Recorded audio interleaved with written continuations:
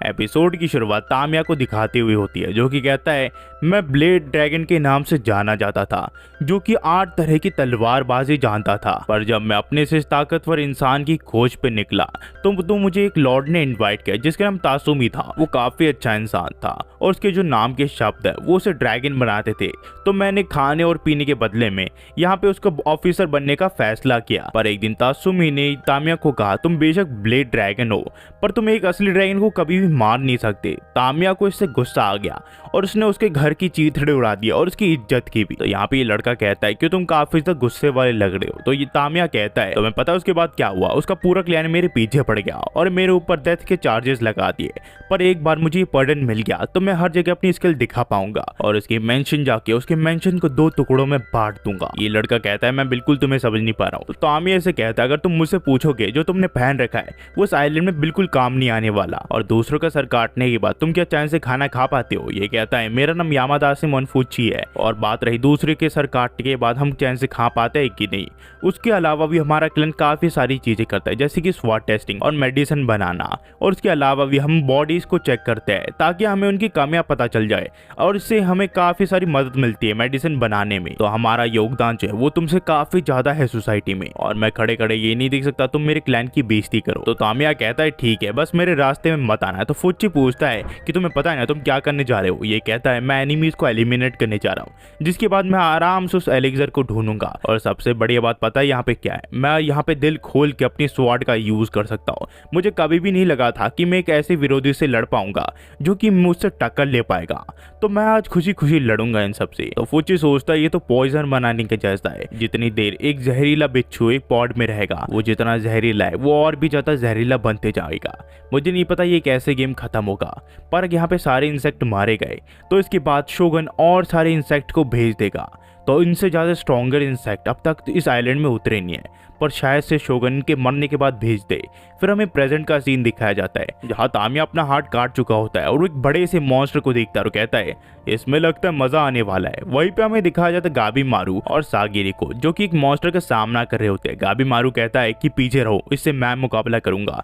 ये फिश जैसी चीज लग रही है पर ये जिंदा है और इसके ऊपर का शरीर इंसानों जैसा है जिसके कई सारे हाथ है और इसने मालाएं भी डाल रखी है। ऐसा लगता है कि फैंटेसी वर्ल्ड को किसने असली दुनिया के साथ मिक्स किया है। मेरे पास कई सारे सवाल है पर मेरा दिमाग बार बार मुझे चौकन्ना करके कह रहा है कि आइलैंड अपने आप में काफी ज्यादा खतरनाक है। गाबी मारू फिर अपनी पावर का यूज करके इसके ऊपर हमला कर देता है। एक ही वार से इस फिश के 2 टुकड़े हो जाते हैं पर फिर भी ये मरता नहीं है, ये जिंदा होता है। गाबी मारू कहता है ये तो जिंदा चीज है। गाबी मारू फिर शिनोबी विलेज के 5वें रूल के बारे में सोचने लग जाता है कि कभी भी अनजान विरोधी से लड़ना मत, क्योंकि वो क्या मूव करता है तुम्हें बिल्कुल नहीं पता। गाबी मारू सोचता है क्या मैं भागूं, क्या मुझे इस लड़की को लेके भागना चाहिए, पर उतने में वो मॉन्स्टर इसके ऊपर हमला कर देता है। पर गाबी मारू उसके शिकंजे से किसी तरह निकल जाता है। यहाँ सागिरी पूछती है कि हम क्या करें, तो तुम्हें भी चोट लगती है? गाबी मारू कहता है कि हाँ मुझे भी चोट लगती है और जितनी बुरी मुझे चोट लगी है मुझे लगता है कि हमें जल्दी से जल्दी यहाँ से निकल जाना चाहिए। यहाँ पे ये लोग देखते हैं कि यहाँ पे बड़े बड़े मॉन्स्टर आ जाते हैं जिन्हें तामिया ने भी देखा होता है। इनके चेहरे में एक अजीब सी स्माइल होती है। सागिरी सोच रही होती है कि मुझे अपने दिमाग को ठंडा रखना पड़ेगा। सागिरी का दिमाग बिल्कुल काम नहीं कर रहा होता। उतने में गाबी मारू कहता है कि अब बस बहुत हुआ और वो अपनी निंजुत्सु का यूज करके इन सभी मॉन्स्टर को मारने लग जाता है। सभी को, किसी को ये जला रहा होता है, किसी को ये टुकड़ों में बांट रहा होता है और किसी का तो सर ही फोड़ दे रहा होता है। ये नज़ारा काफी ज्यादा भयानक होता है। सागिरी को कुछ समझ नहीं आ रहा होता कि अभी अभी क्या हुआ। यहाँ पे गाबी मारू सिर्फ एक ही चीज के बारे में सोच रहा होता है कि वो माफीनामा लेके अपनी बीवी के पास वापस लौट जाएगा। वहीं पे सागिरी सोच रही होती है कि उसे पता है ये काफी ज्यादा डेंजरस जॉब है, पर कुछ ही घंटों में गाबी मारू ने यहाँ की दिशा ही बदल दी। क्या ये एक पैराडाइज है? सागिरी का अचानक से ध्यान भटक जाता है और उसके पीछे कई सारे मॉन्स्टर आ जाते हैं। गाबी मारू देखता है कि सागिरी के ऊपर कई सारे मॉन्स्टर हमला कर चुके हैं, पर वो सोचता है कि उसे किसी चीज के बारे में चिंता करने की कोई जरूरत नहीं है। पर उतने में उसे उसकी वाइफ की बात याद आ जाती है। इसी वजह से उसे सागिरी को बचाना पड़ता है और वो मॉन्स्टर को मार देता है। यहाँ पे सागिरी कहते हैं कि गाबी मारू क्या हुआ? यहाँ ये कहता है तुम्हें सावधान रहना चाहिए। उतने में एक मॉन्स्टर गाबी मारू और सागिरी के ऊपर हमला कर देता है। एक यामादा उस मॉन्स्टर को मार देता है और यहाँ पे एक लड़की आती है जिसका नाम यूजरिया होता है। वो कहती है तुम्हें मानना पड़ेगा, तुमने अकेले इतने सारे मॉन्स्टर को मार दिया।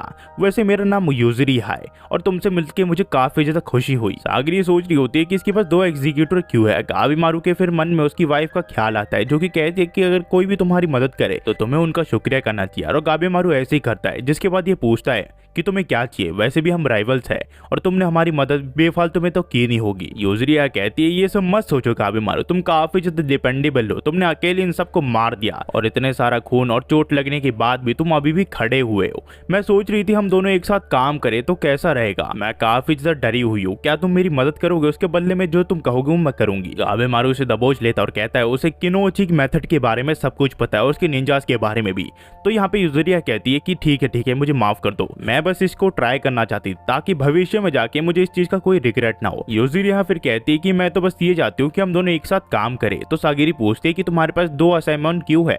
तो यहाँ पे एक आदमी कहता है मेरा नाम यामादा असाइनमेंट गेंजी है, ओरिजिनली मुझे मोरो मकिया के लिए असाइन किया गया था, पर जिस लड़की ने उसे बेवकूफ बनाया और उसको लालच दिया अपने शरीर के लिए और वो इसके जाल में फंस गया और इसने उसे मार दिया। फिर मैंने डिसाइड किया कि मैं इस लड़की के साथ जाऊंगा क्योंकि एक ऐसा है मौन इसके लिए काफी नहीं है।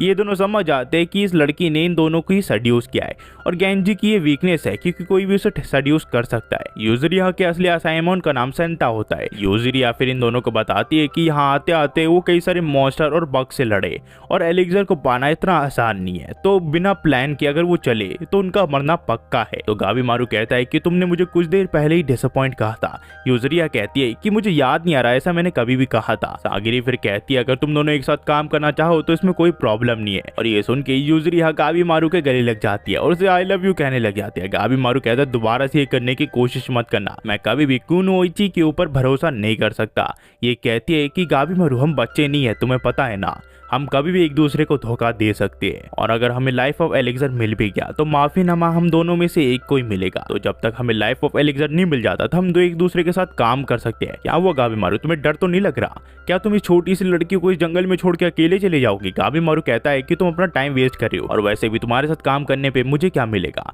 ये कहती है कि मैं तुम्हारे साथ इन्फॉर्मेशन शेयर करूंगी तुम्हारे स्ट्रेंथ के बदले में। मुझे इस जगह के बारे में काफी सारी चीजें पता चल चुकी है। इस आइलैंड का असली खतरा कोई मॉन्स्टर नहीं है, असली खतरा तो इनके बग से है जो कि तुम्हें फूल में ट्रांसफर कर सकते हैं।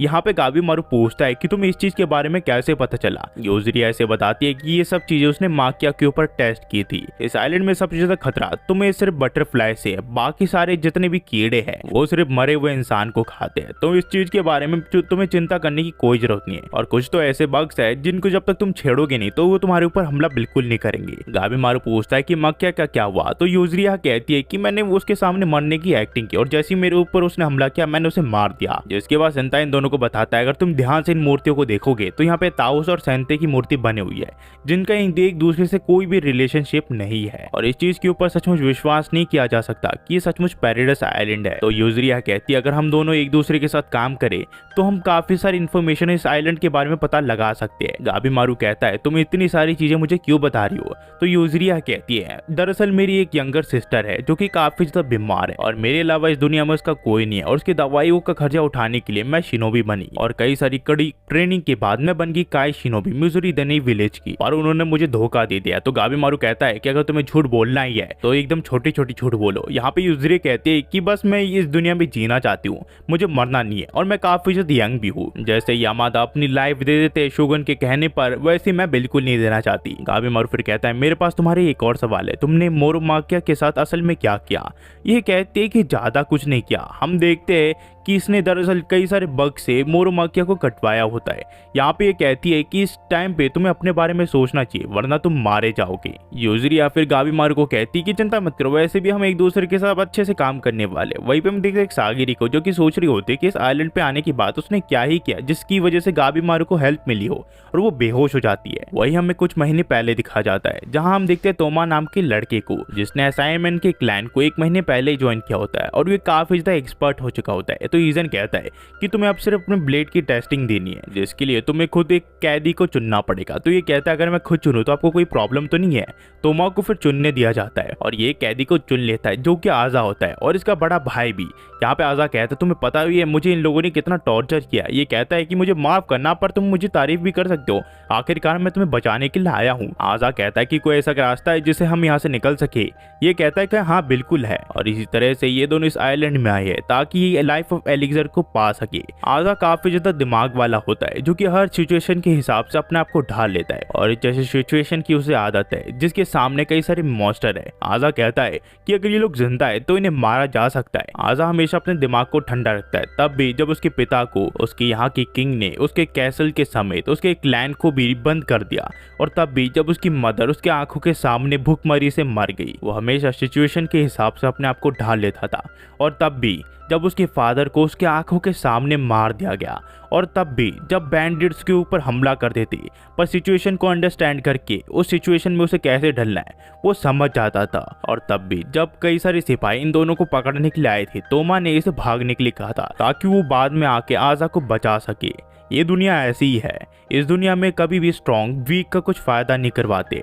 यहाँ पे वही सरवाइव कर पाता है जो अपने आप को इस हिसाब से ढाल पाता है और अपने आप को यहाँ पे सबसे ज्यादा शक्तिशाली साबित कर पाता है। हम फिर प्रेजेंट में देखते हैं जहाँ आजा कई सारे मॉन्स्टर को मार चुका होता है। वो तोमा को कहता है ये कई सारे मॉन्स्टर है, हमें भागना पड़ेगा जिसके बाद इनके ऊपर हम शायद से हमला कर पाए। वहीं पे तोमा सोच रहा होता है कि उसका बड़ा भाई काफी ज्यादा जीनियस है जो कि अपने आप को सिचुएशन के हिसाब से ढाल लेता है, पर एक चीज उसके बारे में अभी भी चेंज नहीं हुई है। उतने में हम देखते हैं कि तोमा को एक मॉन्स्टर पकड़ लेता है। आजा अपने भाई की तरफ देखता है जिसके बाद वो भागने लग जाता है। तो यहाँ पे तोमा कहता है कि अगर तुम खुद से फाइट नहीं कर सकते तो तुम्हारी कोई जरूरत नहीं है और यही इस दुनिया का नियम है। और तोमा इस मॉन्स्टर के ऊपर हमला कर देता है और आजा भी एक बड़ा हथियार लेके इस मॉन्स्टर के ऊपर हमला कर देता है। आजा कहता है कि तुम्हारा शुक्रिया, तुम्हारी वजह से मैं एक बेहतर हथियार ले पाया जिसकी वजह से इन्हें मैं मार सकता हूँ। यहाँ पे एक मॉन्स्टर आजा के ऊपर हमला कर देता है। ये सभी इन दोनों को घेर लेते हैं और कहते हैं कि तुम इंसेक्ट हो, तुम्हें जीने का कोई अधिकार नहीं है। तो तोमा आजा को कहता है कि बड़े भाई क्या ये सभी के सभी देवता है? क्या हम देवता से लड़ रहे हैं? क्या हम सचमुच स्वर्ग में है या फिर एक स्वर्ग जैसा दिखने वाला ये नर्क है? आजा को इनकी बातों से घिन आ रही होती है क्योंकि इसके पिता के सामने एक लॉर्ड ने इसके पिता को मार दिया, वो भी एक छोटी सी बात के लिए। तो आजा कहता है मैं तुम सबके क्राइम और इंसाफ के बारे में सुन के काफी ज्यादा थक चुका हूँ और तुम कौन होते हो मेरे बारे में डिसाइड करने वाले? तुम सब स्लेव के अलावा कुछ नहीं हो, तुम्हारा असली भगवान कहीं और बैठा हुआ है और मेरे लाइफ के बारे में तुम्हें डिसाइड करने की कोई जरूरत नहीं है क्योंकि मैं अपना खुद का भगवान हूँ। यहाँ पे तोमा कहता है कि मेरे भाई की स्ट्रेंथ काफी ज्यादा बढ़ चुकी है। मेरा भाई हमेशा ऐसे ही था, वो सिचुएशन के हिसाब से अपने आप को ढाल लेता है, वो अपने आप को हमेशा कायम रखता है किसी चीज पर। यहाँ हम देखते हैं इनका पास जहाँ तोमा रो रहा होता है, जहाँ वो घर जाने की बात कर रहा होता है। तो आजा कहता है तुम रो क्यों रहे हो? रो मत तोमा, अगर तुम्हें इस दुनिया में जीना है तो तुम्हें कई सारी चीजों का खुद से फैसला करना पड़ेगा। अगर तुम नहीं कर सकते हो तो तुम अपने बड़े भाई के ऊपर भरोसा कर सकते हो। मैं अपने छोटे भाई को एक अच्छा रास्ता जरूर दिखाऊंगा इस दुनिया में जीने का। राजा तोमा को कहता है अगर ये मॉन्स्टर्स यहाँ पे सचमुच है तो जरूर से यहाँ पे लाइफ ऑफ एलिक्सर होगा। हम इन सारे मॉन्स्टर को मार के और साथ ही साथ सारे क्रिमिनल्स को मार के उस एलिक्सर को हम खुद पी जाएंगे। तोमा कहता है कि सचमुच ये आइलैंड एक डेंजरस प्लेस है, हम दोनों के लिए तो सब कुछ ठीक जा रहा है पर जो भी क्रिमिनल अगली बार हमसे मिलेगा यानी कि उस आइलैंड में इसने जीना सीख लिया है। इस आइलैंड में कुछ ऐसे भी लोग होंगे जो कि काफी ज्यादा कमजोर होंगे पर अब तक वो टिके हुए हैं, उनकी इस आइलैंड में कोई भी जरूरत नहीं है। फिर जो कहानी यहाँ से टू बी कंटिन्यू हो जाती है। अगर आप यहाँ तक देख रहे हो तो प्लीज लाइक एंड सब्सक्राइब करना मत भूलना। आपको मेरी कैसे एक्सप्लेनेशन लगी आप हमें कमेंट में बता सकते हैं। इसका अगला एपिसोड नेक्स्ट वीक आएगा तो इसका इंतजार कीजिए। मैं नेक्स्ट डेली वीडियो अपलोड करने की कोशिश करता हूँ और डेली वीडियोस में अपलोड कर भी देता हूँ। मेरा टारगेट एक दिन का होता है 3 वीडियोस का, पर मुश्किल से 2 वीडियो अपलोड हो पाती है, पर मैं पूरी कोशिश कर रहा हूँ ताकि आपको सबसे बेस्ट क्वालिटी दे पाऊँ वीडियो की। Thanks for watching guys and next video में मिलते हैं।